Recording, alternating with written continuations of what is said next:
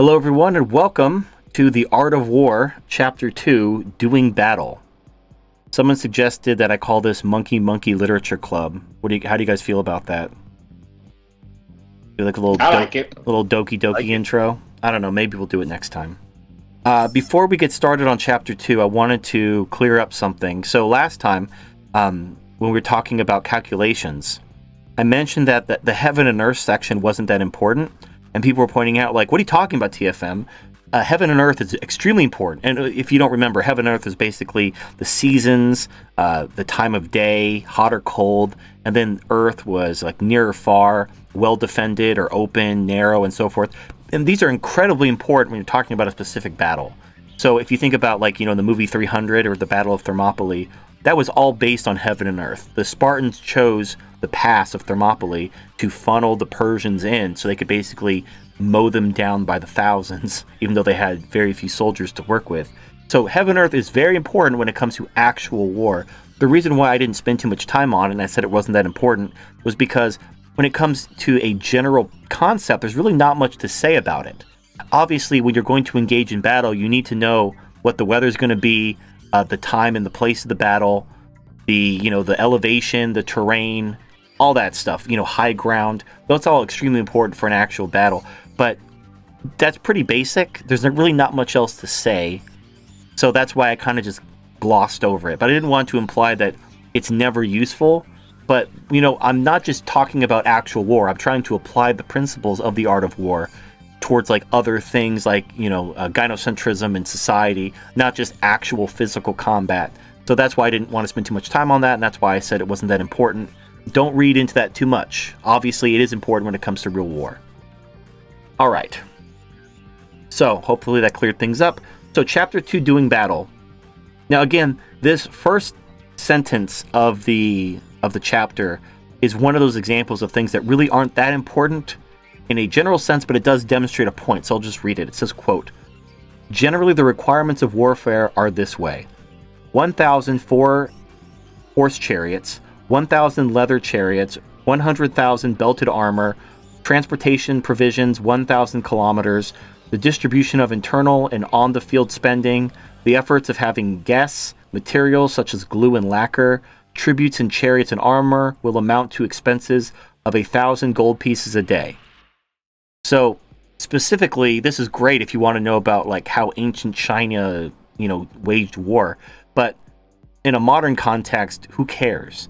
Well, what this is really saying, the principle you want to glean from this is war is fucking expensive. That's really what like in the previous chapter, we talked about calculations. Well, this is a huge calculation you need to do. Before you engage in war, you need to know, can you afford it? Do you have the money, like what DDJ would call, do you have the horsepower? When he talks about, challenging things in court, do you have the horsepower to win? Because it doesn't make sense for you to, like, challenge this, I'm gonna fight this to the Supreme Court, but you can't afford a lawyer. If you can't afford to do the battle, you can't afford to do the battle. You might as well cut your losses. So whether it's a courtroom or whether it's a battlefield, you have to have the money to support the war. Otherwise, you're fucked. So the second part, only then can 100,000 troops be raised. And this part, section 3 of this chapter is the key to this chapter. Section 3 says, quote, "When doing battle, seek a quick victory. A long battle will blunt weapons and diminish ferocity. If troops lay siege to a walled city, their strength will be exhausted. If the army is involved in a long campaign, the nation's resources will not suffice. When weapons are blunted and ferocity diminished, strength exhausted, and resources depleted, the neighboring rulers will take advantage of these complications. Then even the wisest of councils will not be able to avert the consequences that must ensue." So, the key is, once you've done your calculations, once you've determined you have the advantage against your opponent, depending, we talked about the way and Heaven and Earth and so forth and logistics, you know where your opponent is weak, you know where you are strong, you have the advantage, you know that battle is advantageous, you've calculated, you know what you need to do, and you're ready to execute. When you execute, you go hard, fast, and continuously. You do not fuck around. You do not You do not give warning shots. You fucking crush them. You crush them utterly as quickly as possible. And there's many reasons for this. But the main reason is it's to cut your own losses down. If you, like, the thing is because I'm an Iraq war veteran, in case anyone didn't know, in the second Iraq war, the one I was involved in, there was this policy called shock and awe, where we went into Iraq and we just fucked them up. We fucked everything up. It was glorious. And if you want to talk about the actual war in Iraq was over in like a day. The government was toppled, their infrastructure was destroyed, their army was in complete disarray. The war was over in a day. Now you might be thinking, wait a minute, wasn't the Iraq war, wasn't it like years and years? No. That was the post-war rebuilding period. What would, like, if you were thinking about World War II, it would be the equivalent of the Marshall Plan. Because after the Nazis and Imperial Japan surrendered, we started to rebuild Europe. That's what we did in Iraq. Basically, the government of Saddam Hussein was gone. We were rebuilding the country. And for whatever reason, that was still called the Iraq War, even though it wasn't a war. There was an insurgency, but it wasn't a war. The war was over in a day. That's how you fight war. And I would also add that the mistake we made in, Iraq and Afghanistan is we have this policy of rebuilding our enemies after we destroy them. And the reason why we did that during the Cold War, like after World War II, because of the Marshall Plan, the purpose of the Marshall Plan was to rebuild these countries, because if we didn't, the Soviet Union would take them over. Because a lot of these countries that were destroyed by Nazi Germany were basically impoverished, and then the Soviet Union would come in and make them part of the Soviet Union. So the Soviet Union was spreading throughout all these countries that were ravaged during World War II. So to prevent them from basically taking over Europe during the Cold War, we had to rebuild these European countries using our money to keep them from basically being taken over by the Soviet Union. Okay, so that's fine. During the Cold War, it made sense. If you're going to go to war, after you take them out, you have to rebuild them so the Soviet Union doesn't take them over. Fine. But there isn't a Soviet Union anymore. Why did we rebuild Iraq? There was literally no reason to. And then at the end, after years and years and all the money we spent, all the people who died, we left Iraq, and what happened? Fucking ISIS took over. So it's like, we accomplished nothing. We just prolonged the inevitable. It was going to that was what's going to happen anyway. So what the fuck were we doing? So the point is, you wage a war, you go in there, you fuck shit up, like, you go hard, fast, and continuous. You fuck everything up. And unless there's a really good reason for you to stay there, like, you don't. There was no... Think about all the money we wasted, all the people who died for nothing. Like, nothing, like, Iraq is still a shithole. Like, nothing was accomplished. But, so that's where we fucked up. It wasn't the war part, the shock and awe. You get a thumbs up from Sun Tzu for shock and awe. The post-war rebuilding and spending your own money and blood for that was fucking retarded. Sun Tzu does not approve. Okay, so continuing on with chapter 2, section 8. Therefore, I have heard of military campaigns that were clumsy but swift, but I have never seen military campaigns that were skilled but protracted. No nation has ever benefited from protracted warfare. And that's a very key thing. Like, this goes to what we're talking about the last chapter. It's, you want to use deception, everything. You got to think outside the box, out crazy them, all that stuff. Do what works, but you have to do it quickly. It has to get results now. It can't be like this 100-year plan where you plant a seed and in 100 years it's going to grow into a mighty oak. When you're talking about war, you need results now. Because every day, like with the first section, every day you're in war, you're spending 100,000 gold pieces, or 1,000 gold pieces a day in ancient China. It's a shit ton of money. So you don't want to drag the war out because you're depleting your nation's resources. So you want to end the war as quickly as possible. You want to crush them. You want to find the enemy weakness and hit them. So it's better to be moving towards something. Now again, like our first chapter, you don't want to act too recklessly. You want to make sure you do your calculations. But once your calculations are made, once the battle is engaged, once you're actually in the fight, you need to move. You don't want to be like, you don't want to take your time. You want to move. You want to have a plan. You want to execute. Now, obviously, you need to, keep a lay of the land and make sure things are going well and adapt accordingly. But you don't want to stop moving and try to, it's like there's a thing you learn in business school that when you are the decision maker, you make the best decision you can with the information you have at the time, and you don't second guess yourself. Once you get the information you have, if you have to make the decision now, you make the decision now. Even if you have imperfect information, you have to make the decision now. Because by not making a decision, if you're like waiting for more information, you're wasting resources. So make the decision based on the information you have at the time, even if it's imperfect, and then that's it. You move on. You don't second guess yourself. And if you're wrong, you correct. It's better, like there's a saying in the military, it's better to ask for forgiveness than permission. So you do what you think is correct based on the information you have, and if you're wrong, you apologize and you ask for forgiveness. But that's much better than waiting around for perfect information and then asking for permission, and then you've wasted all these resources, you've lost your opportunity, and now you're fucked.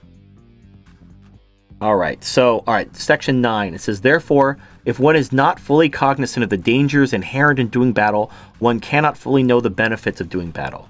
Those skilled in doing battle do not raise troops twice or transport provisions 3 times. Take equipment from home, but take provisions from the enemy. Then the army will be sufficient in both equipment and provisions. A nation can be impoverished by the army when it has to supply the army at great distances. When provisions are transported at great distances, the citizens will be impoverished. Those in proximity to the army will sell goods at high prices. When goods are expensive, the citizens' wealth will be exhausted. When their wealth is exhausted, the peasantry will be affected with increased taxes. So we're talking about like cause and effect. So if you're going to be skilled, again, he's talking about you don't want to raise troops twice. You don't want to have a protracted battle and have to be like, okay, a lot of my troops were killed. I'm going to need more soldiers to come from, whatever your homeland or whatever to replenish my army. If you have to do that, you fucked up. Why are we replenishing army? Why isn't the war already over? You got fucking your ass kicked probably. Or if you have to move your provisions 3 times in this example, you're probably on the run. You're probably like, doubling back, like shit has gone horribly wrong. And if that happens, it's probably because you were not doing your calculations correctly. Or you were engaging an enemy that you either didn't read correctly, didn't understand, or weren't prepared to win against. And if you can't win against the enemy, you do not engage them. So like Sun Tzu was talking about the deception. You appear strong when you're weak and appear weak when you're strong. Appear where your enemy doesn't expect you. If you can't win, fucking ghost. Do not directly engage an enemy if you can't win. Because if you do, you're going to get your shit pushed in. And then you're going to be going back like, okay, I need more troops. I need more supplies. And then like what Sun Tzu's talking about, if you have to do that, you're going to impoverish your nation. Or in this case, you're going to exhaust your resources in your support network. Like imagine if, like, actually this is a good example. You ever support a Kickstarter and like they meet their goal, and then like a couple months into the project they tell you, oh, there were some unexpected costs, we're going to have to have a second fundraiser just to get the original thing that they already successfully funded. They told you we're going to have this like a video game if we raise $100,000. So they got $100,000, and then they come back a couple months later asking for another $100,000 because they didn't know what the fuck they were doing. At that point, even if you really wanted that game, you've probably lost confidence in that developer to actually make the game. Because why in the fuck are they asking for more money? Did they not do their research? Did they not know how much a game costs? Now you've lost all credit. You've lost all credibility. So in that same way, whether it's Kickstarter, whether it's the army, whether it's anything, you're going to lose credibility with your supporters if you have to constantly go back and ask for more support after they've already supported you. Like if you say, look, this is what I need to win, and they provide that to you, and then you come back later saying, I need more, you're going to lose them. You would lose me. I would be like, okay, you don't know what the fuck you're doing. We need someone who actually isn't fucking retarded to do the thing if it's that important. Because clearly, you're not up to the task. So anyway, so the section 15, therefore a wise general will strive to feed off the enemy. 1 bushel of the enemy's provisions worth 20 of our own. 1 pickle of fodder is worth 20 of our own. And what he means by that is getting resources from your enemy saves you so much money, because not only do you not have to get the food from your own citizens, and then, like, this is another thing. When I was in Iraq, we were like flying in all this food from everywhere. Like, we had all these contractors and all this. I mean, the food was amazing, but like it was insane the amount of money it cost. Like, again, like, what a waste of money. It's crazy. And for what? What did we do? Like, it was for nothing. Like, we left Afghanistan, it's still a shithole. We left Iraq, it turned into ISIS. Like, what the fuck was all that for? What a waste of money, what a waste of blood. So, yeah, you want to, yeah, so this whole bullshit, like, oh, we don't pillage, we don't, no, yo, you fuck with us. If you give us a reason to come to your country and push your shit in, you goddamn right we're taking your shit. We're going to eat your food. We're going to take everything that's not nailed down, because you don't fuck with us. How about that? How about next time you think about, maybe we should kill these Americans? They're like, whoa, whoa, whoa, whoa. Let's not kill the Americans, because otherwise they're going to come over here and they're going to fuck our shit up and they're going to take everything. So let's not. Like, that's a good idea. Thanks for talking me out of it. But when they know, like, oh, let's fuck with these Americans, because then they're going to come in here, take out our fucking dictator, and then build schools and roads with their own money. Winner, winner, chicken dinner. You've given them an incentive to start fucking with you. It's like why you don't negotiate with terrorists. If you negotiate with terrorists and pay their ransom, they're going to kidnap more people and demand more ransom. But if the first time they demand a ransom, you fucking bomb them to hell, they're not going to take any more hostages. Like, oh shit, every time we take a hostage, we just get killed. Stop taking hostages, it doesn't work. But when you pay the ransom, they're going to, oh, this works. Keep kidnapping people. Yeah, this is fucking, we could do this all day. All right. We got 3 more sections and we're done with the chapter. Replace the enemy's flags and standards with our own. Mix the captured chariots with our own and treat the captured soldiers well. This is called defeating the enemy and increasing our strength. Therefore, the important thing in battle is victory, not protracted warfare. Therefore, a general who understands warfare is the guardian of people's lives and the ruler of the nation's security. So, yeah, again, just fucking take their shit. Replace their flags. Take their armor, take their weapons. Like, hey, here's a free gun. Everyone gets a gun. Yay, free guns. You know, and treat their soldiers well. You know, because it's not their fault. They didn't, like, they're just following orders. There's no reason to, you know, take it out on them. Especially if they've surrendered. But yeah, this would be called common sense, you know, 1,000 years ago. And now it's like you're a war criminal if you do any of this shit. All right, so next chapter is going to be on planning attacks. So again, we're kind of like, we've talked about in general how you conduct warfare. Now we're going to talk about, all right, you've decided you're going to attack this enemy. So how do you plan your attack? So it's going to be a good chapter. Stay tuned next week for chapter 3, planning attacks.